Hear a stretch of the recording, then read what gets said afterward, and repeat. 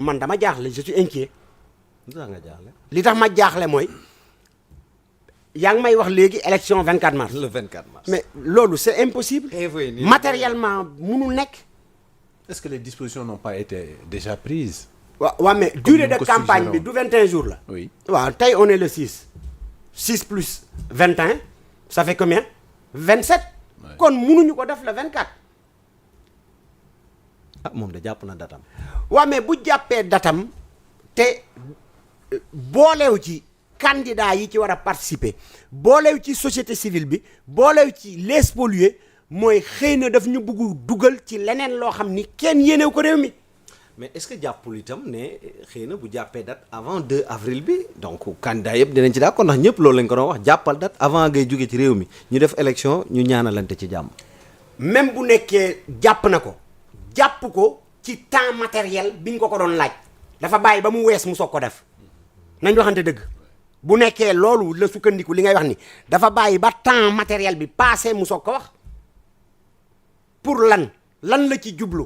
alors moo tax sànq li ma leen doon wax foog ma dellu ci waat. ñëwal réew bu tollee fii mu toll du xataraayu ak xëxër ak di xaxar bés bu nekk mooy régler problème bi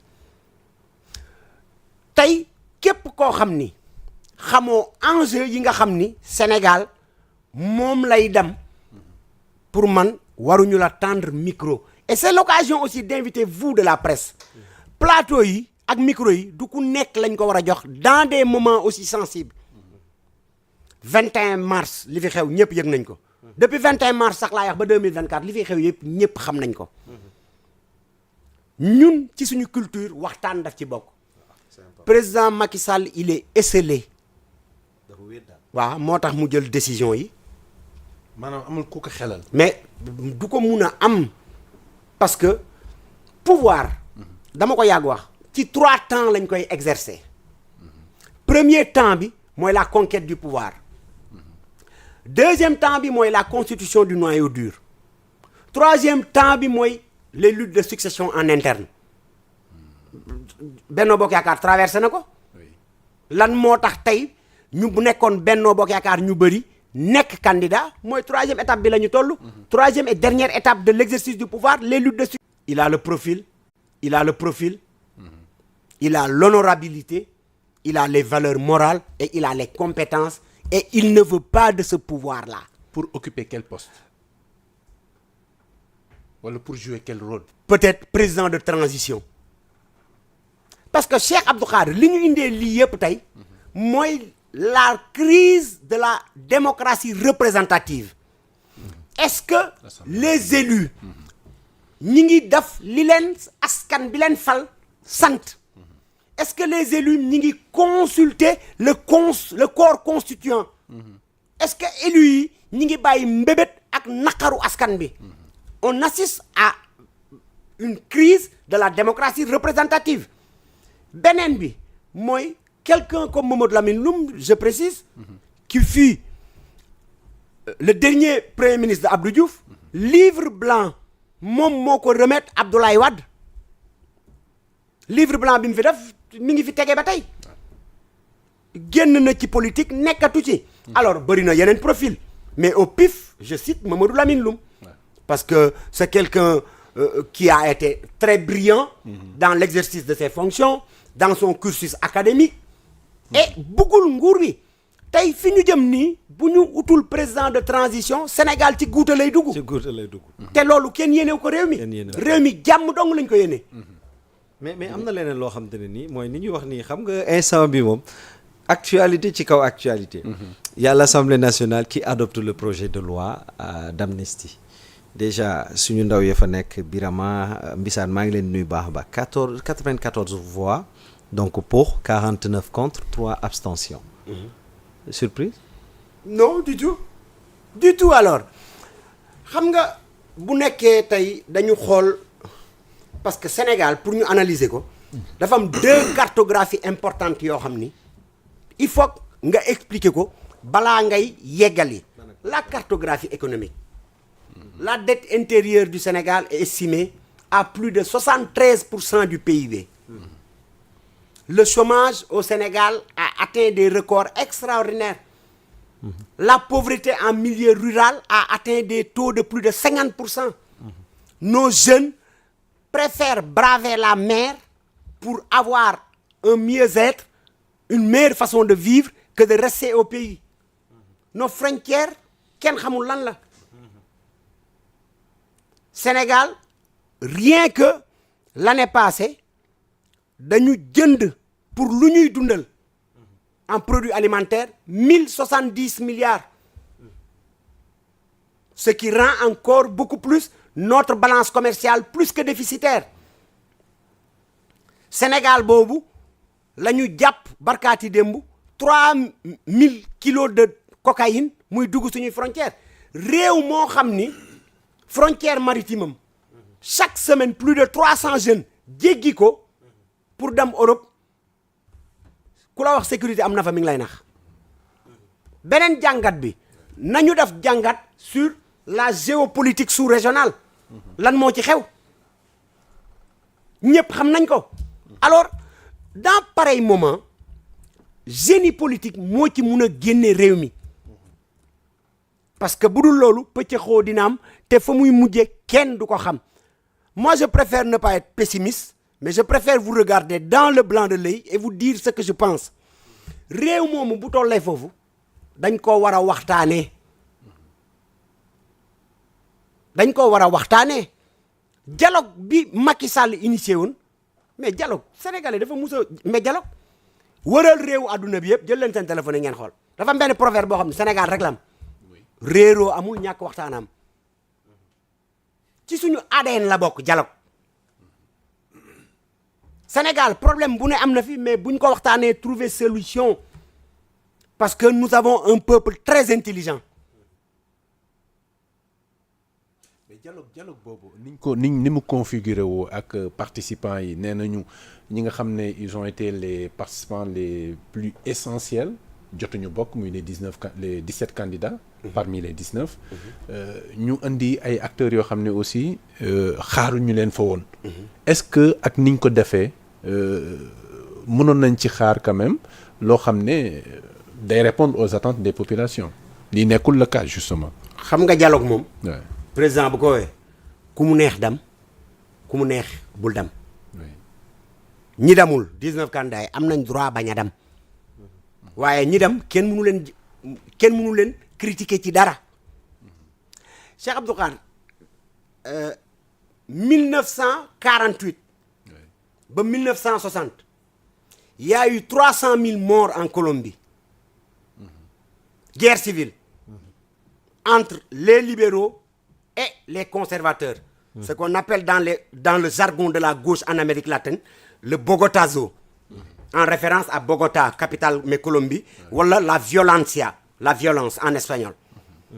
li ko waraloon mooy dafa amoon benn candidat déclaré bu gaa yi rey ay partisans am jóg ñu xeex dañ ko xeex 1948 ba 1960 300 000 morts laa la wax mooy 6 à 5 fois stade de l'amitié bu fees dañ ko mujjee waxtaanee. Traité de Versailles 28 juin 1919 après première guerre mondiale 20 millions de morts moo am première guerre mondiale plus que la population du Sénégal 21 millions de blessés. Traité de Versailles dañ ko waxtaanee.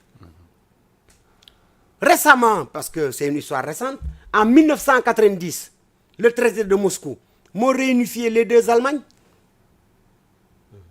Alors guerre xuloo xeex fi muy mujjee mooy waxtaan.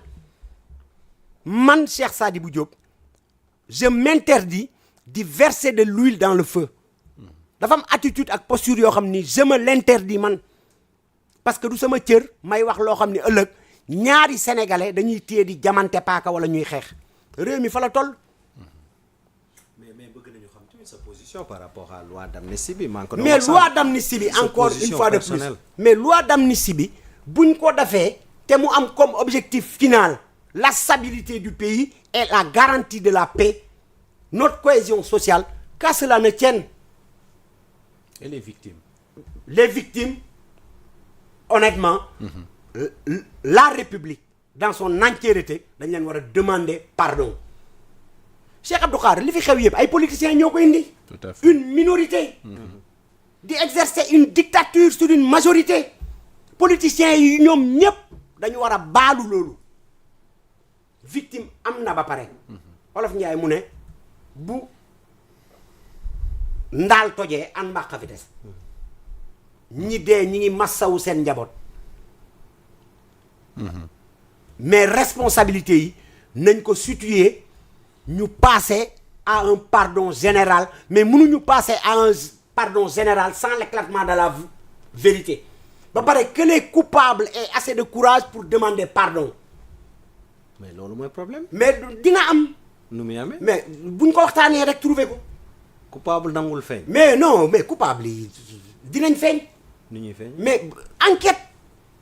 mooy déterminer les coupables. Malgré la loi d'amnistie. Mais malgré la loi d'amnistie, évidemment. Amnistier ne veut pas dire oublier. Quand même. Oui. Ayons assez de courage pour wax ni lii ak lii moo fi xew diw ak diw ay responsable lañu nañu baalu ñu baal leen ñu avancer. bu dul loolu gis nga lii dina gën a suuxal réew mi te kenn dootu ci am pexe. Et n'oublions pas une chose, le Sénégal est assis sur une poudrière ethnique. xam nga bu nekkee da nga bugg wax dëgg bi rek kon duñ fi jógee mais loolu yëpp mun nañ ko régler encore une fois de plus ci jàmm ci sutura ci njëkk ak teraanga mais li nga xam ni moom c'est non négociable ñëpp d'accord ci mooy le 2 avril Macky Sall doit débarrasser le plancher nekkatul président de la République waaw te projet d'amnistie bii ñuy jàllale pendant que le gouvernement est dissous, honnêtement, ça risque d'amener encore des problèmes. Comment? Jàll na déjà. On verra les différentes réactions entre ce soir et demain. Macky Sall nous a mis, excusez-moi du terme, dans une belle merde. Mais attends, Aïssata Tall Sall tey ban légitimité la am pour défendre projet de loi d'amnistie bi? Elle n'est plus ministre de la République. wala les conclusions président lañ koy jox directement wala Sidiki Kaba lañ koy jox. l'actuel PM. mais on est en crise bu ko nit ñi nëbb bu ko nit ñi làq on est en crise un problème reconnu et à moitié résolu. Ne jouons pas à l'autruche. Nous sommes en crise bu ko kenn bañ crise boobu pour ñu dépasser ko d'abord foog ñu dépassionner le débat. Et que ñu fàtte les intérêts politiques ñu mettre l'intérêt des Sénégalais qui doit passer impérativement par la restauration de la paix et de la cohésion sociale pour ñu mën a wax leneen man loolooy sama gis-gis ci mbir mi. D'accord alors par rapport à la date Djibi yaa ngi koy wax tout à l'heure mais apparemment am na benn bras de fer entre le président Macky Sall et le Conseil constitutionnel. Dans sa décision, le Conseil constitutionnel demande à ce qu'on organise les élections le 31 mars. Dans le communiqué du Conseil des ministres, le président de la République dit que l'élection aura lieu le 24 mars. Oui, xam nga ce jeu de yooyu n'honore en rien le président Macky Sall. mooy li ma leen wax rek guddal jël la rek. C'est un régime finissant. nañu terminer en beauté delloo nguur gi. ki nga xam ni sénégalais yi moom la ñu fal. ci jàmm. ci jàmm. ñëpp nekk ci jàmm parce que réew mi lu dul jàmm ko gën te sénégalais xajul dara ci lu dul jàmm. ba pare on n'est pas fort à gérer les crises internes. Casamance depuis 1981 mi ngi am crise mënuñu ko régler wala yéen da ngeen ko fàtte. mënuñu ko régler 81 ba tey ñaataat la 40.